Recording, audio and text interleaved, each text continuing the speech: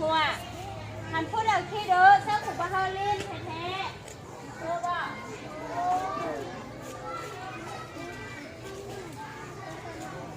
นี่เป็นเส้นร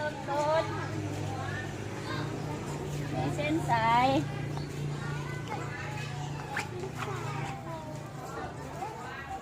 แล้วเวลาพ่อบ้านเต็ม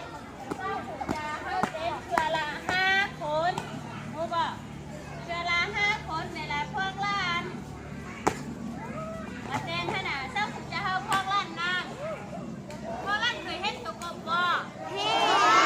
เคยเห็นตัวกบเจ้าขุบจะเฮาพวกล้านนั่งแล้วเอามือต้องเฮ็ดข้าทางหน้าฟังเสียงสั้นอย่างของเจ้าขุบว่าเอา1 2 3พวกล้านจึงเต้นไปเห็นบ่ถ้าผู้ใดเต้นไปโดนเส้นสายผู้นั้นชนะเป็นบ่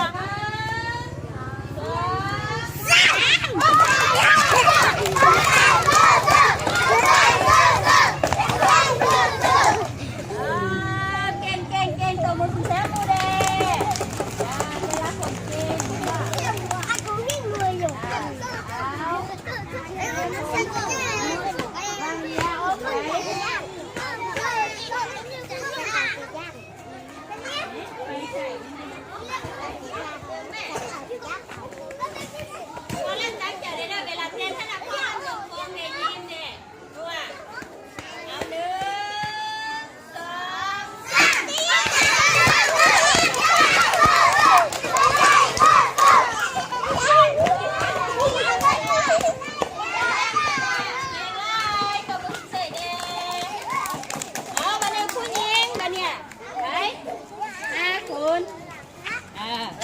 เสียผู้หญิงเด้อ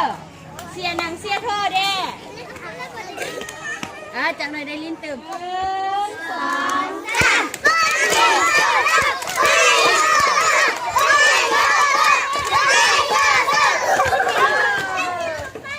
แกมบ่กบเศร้าสนาแม่นบ่ในไล่ตัวมึงเคยเด้มาเลยผู้ใส่1 2 3 4 5ไป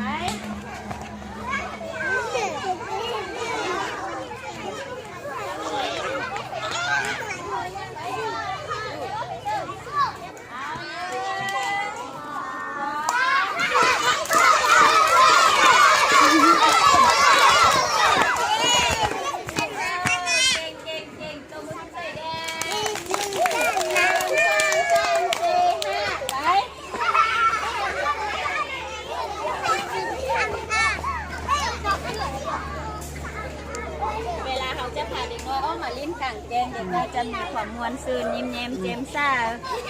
มีความกระตือรือร้นแล้วกันเฮียนกันเพียนเยี่ยมแล้วบ่เยี่ยมบ่ไปดึกปุ๊บบ่ไปเอาเสียงไปเด้อ1 2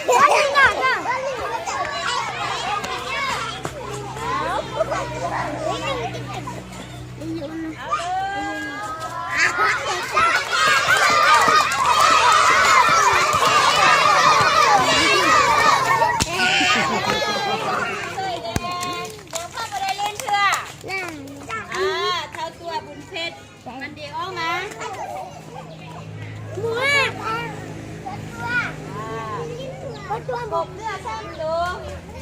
พอลั่นอย่าพ่อเด็กเ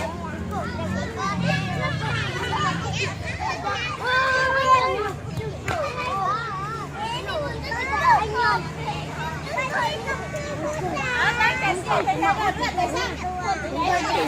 นั่นแหละเฮ้ย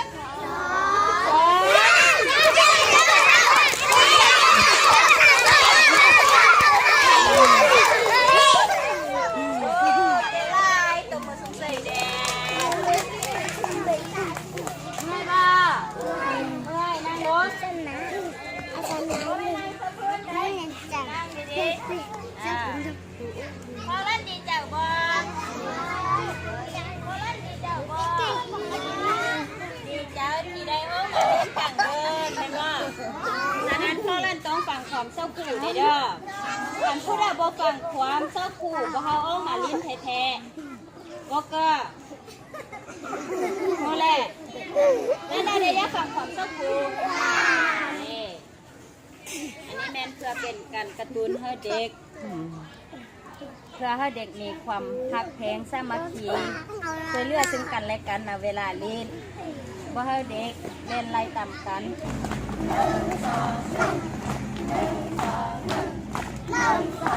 2 3